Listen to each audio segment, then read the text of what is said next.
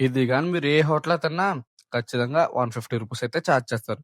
గానీ మన ఇంటికాడే తక్కువ బడ్జెట్‌లో చేసుకోవచ్చు పదండి.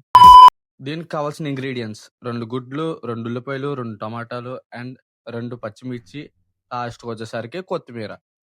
పెనంలో కొంచెం ఆయిలేసుకొని, ఉల్లిపాయ అండ్ పచ్చిమిర్చి కూడా వేసేసుకొని, బాగా రోస్ట్ చేసుకున్న తర్వాత, కొంచెం కారం, కొంచెం పసుపు, కొంచెం సాల్ట్ ఏసుకొని బాగా రోస్ట్ చేసేసుకోండి. అండ్ మన దగ్గరున్న ఎగ్స్ కూడా వేసేసుకోండి. లాస్ట్ ఐటెమ్ ఏంటంటే, చపాతీని చిన్న చిన్న పీసెస్ కట్ చేసుకొని అందులో వేసేయండి. దీని టోటల్ కాస్టొచ్చి జస్ట్ రూ. 60 అయితే అయిపోయింది. ఒకసారి మీరు గూడా ట్రై చేసండి. నాకైతే సూపర్‌గా నచ్చింది మరి.